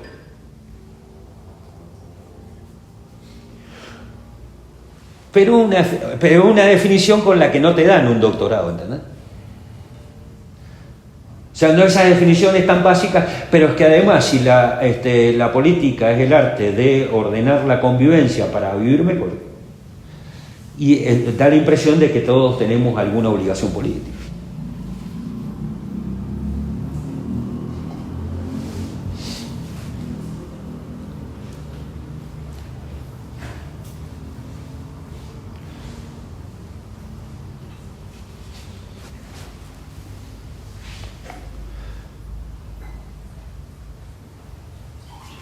el Estado hoy en día es el marco inevitable de nuestra reflexión política. Y el Estado opera como el instrumento que vincula nuestra dimensión planificadora con nuestra dimensión ejecutiva. Poiesis, en la poiesis la dimensión modélica, el plan, lo que se llama la causa ejemplar, el croquis, el esquemita. Yo quiero una sociedad así, quiero una sociedad medieval, la cristiandad, Cristo Rey, quiero esto está en mi cabecita. ¿Qué tengo que hacer para operar sobre la sociedad de modo tal que la sociedad se haga una cristiandad medieval? Necesito poder. ¿Cuál es ese poder? El Estado. Así pensamos la política ideológicamente.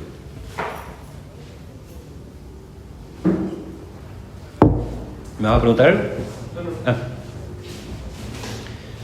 El Estado es el instrumento de poder de la poiesis ideológica. Vamos terminando. Esto ocurre nada más que porque en realidad no entendemos lo que es el orden natural. ¿Y cómo podemos entender el orden natural? ¿Por qué violamos el orden natural? Lo violamos en general porque no sabemos lo que es la naturaleza. Y dentro de lo que es la naturaleza no sabemos lo que es la naturaleza humana. No es que violamos el orden natural a propósito, como cada vez que pecamos. No, es que violamos la naturaleza humana porque la ignoramos. Rápido. Sí, puede ser que... Porque esta es la parte en la que yo decía que las preguntas tienen. Dale al puede resto. ser que se trate de una desnaturalización de la polis, Sí. pero también del ethos social. Es que no se entiende el ethos político si lo político está en manos de un instrumento que, como todo instrumento, carece de ethos. El Estado no tiene ethos. ¿Se entiende? Porque además hay una cosa más grave todavía. Es que no advertimos que nuestra moral familiar y nuestra moral personal es participada de la moral política, del ethos político. Nosotros participamos de eso, con mayor o menor apertura, pero participamos de eso. Por eso Santo Tomás dice que el bien común, que es lo que determina el ethos de una sociedad, el desprecio o menosprecio del bien común acarrea multitud de pecados, porque para vos todos los bienes van a ser bienes que en definitiva estén reducidos a tus bienes familiares o a tus bienes individuales. Es decir, es una cerrazón, una clausura respecto del bien de todos, que es el superior, el que explica y motiva la existencia de bienes familiares e individuales. La prudencia política es la que provoca la prudencia familiar, y la prudencia individual no es al revés. ¿Sabes? Y entonces no hay ethos político del que hablar, Carlitos. Porque todo el ethos hoy en día se entiende en términos individuales y conforme a la moral del liberalismo. ¿Y cuál es la moral del liberalismo? Tenés que trabajar, ganate el pan con el sudor de frente, que se sé bueno en los negocios, pagá los impuestos, no robes, no mates. Por lo menos lo mío. El pecado capital es la pereza, como quería Calvino, y entonces la moral católica en muchos casos se expresa así. Se ha sacado la sedia, que es la incapacidad de disfrutar de los bienes y las verdades. Se ha quitado la sedia como vicio capital y se pone en su lugar la pereza. Hoy en día la pereza es grave. Para la moral liberal la pereza es grave. Para Santo Tomás, pigritia, es un pecado que venía y no... Pero hoy en día, para la moral calvinista, Castellani, hablando de esto, hacía un chiste, decía, pero San Pablo fue buen tipo. ¿Por qué preguntas? Pero pará, ¿acaso San Pablo tenía un oficio conocido? No. ¿Tenía propiedad? No. ¿Tenía esposa e hijos? No. Entonces San Pablo no era un buen tipo. Uno dice, esta es o sea, ¿qué es la moral burguesa? La del centro yanqui. Papá, mamá, los 2 chicos, propiedad privada, una vida cómoda, al culto los domingos. Con una inyección fuerte de puritanismo. Porque sin ese puritanismo, económicamente te va a ir mal, hermano, porque la gente te va a mirar feo. Porque aunque el liberalismo no lo quiera, somos partícipes de un etos político. ¿Qué etos político en este caso? El liberal.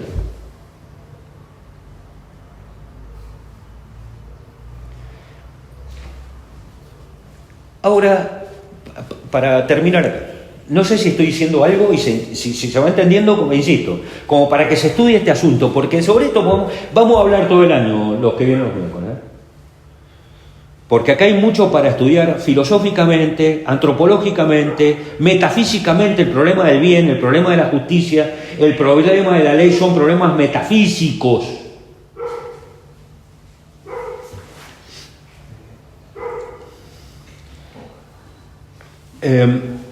Para ir terminando, vieron que les decía, bueno, yo necesito acceder al Estado porque hacer política es hacer todo lo que tenga que hacer para acceder al Estado, ¿verdad? Y para acceder al Estado lo que necesito es cierto consenso, de modo tal que ahí mi modelo tiene que ser un modelo que entusiasme, un modelo que enamore. El modelo tengo que presentarlo con las características propias de aquel que es capaz de convencer. Por eso la publicidad, los publicistas hoy en día son los grandes personajes en las campañas políticas, etcétera, etcétera. Muy bien. Hoy en día entiendo la política en ese sentido, hacer política. Bueno, acá hay un problema, y es que en general quien arriba a la política se ha entrenado en el arte de adquirir el poder, pero no sabe nada del gobierno. ¿Y por qué no sabe nada del gobierno? Porque puesto que la sociedad política para el liberal es apolítica y el monopolio está en el Estado, la sociedad política no hace política, y en tanto que no hace política, las instituciones intermedias, que son la escuela de gobierno, tampoco hacen política. El desprecio nuestro por las instituciones intermedias en lo político tiene que ver también con una concepción liberal de la política que monopoliza lo político en el Estado. Y entonces no advertimos que las instituciones intermedias de una sociedad política real, y en tanto que esté politizada, las instituciones son lo que podríamos llamar a la sociedad lo que para el hombre es o la virtud o el vicio. Las buenas instituciones son las virtudes del etos político. Las malas instituciones son los vicios del etos político. Es necesario que, teniendo una concepción realista de la política, empecemos a entender que, puesto que política no es Estado, política es necesariamente vincularme con el todo a través de las instituciones intermedias. Son las instituciones intermedias, su existencia o su carencia, su naturaleza, su fortaleza, lo que hace de una sociedad política una sociedad con este etos o aquel otro etos, con esta moral o aquella moral, ¿se entiende? Ahora, no va a pasar en la medida en que sigamos pensando la política en términos liberales. Vamos a seguir teniendo instituciones intermedias que creen que no tienen nada que ver con la política, porque las instituciones intermedias siguen haciendo respecto de la política lo que nosotros hacemos como individuos respecto de la política. Es una cuestión que le corresponde al Estado.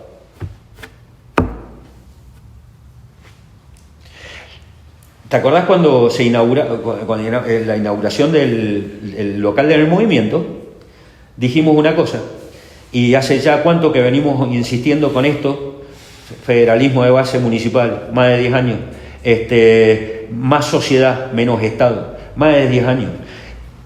Hay que despolitizar el Estado y solo es posible politizando la polis. Lo digo así para que se vea la inconsistencia de lo liberal. Hay que politizar la polis porque somos seres humanos y en tanto que somos los seres humanos es una vergüenza que no estemos más abocados, concentrados, atentos al bien de todos que al bien nuestro particular. Eso no se puede hacer sino volviendo a tener una concepción de la política de carácter moral, no técnica, no poética, moral. La respuesta al bien común es una respuesta moral que por debajo se llama justicia y por arriba se llama caridad.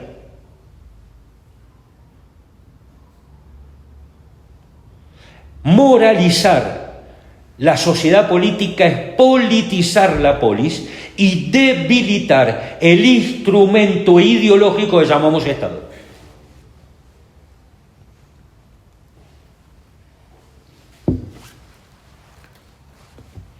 Politizar la sociedad por medio de la recuperación del carácter moral de la polis. Politizar las instituciones intermedias sin las cuales la sociedad política no existe. Las sociedades intermedias son el vínculo natural entre el todo social y las personas. Sin sociedades intermedias, de nuevo, tenemos un todo frente a las partes y unas partes frente al todo. De ahí no se sale sino por... ¿Hacia dónde va eso? ¿Individuo frente a Estado? Eso va al totalitarismo de Estado. Milei va al totalitarismo de Estado aunque no lo quiera. El totalitarismo de Estado socialista y peronista en la Argentina es efecto de una causa que se llamó liberalismo. Hay que politizar las sociedades intermedias. Obligación moral. Hay que entender que decidir sobre la polis es decidir sobre nosotros mismos. Decidir sobre la polis es decidir sobre nosotros mismos. Somos más lo que la polis es que mis decisiones personales.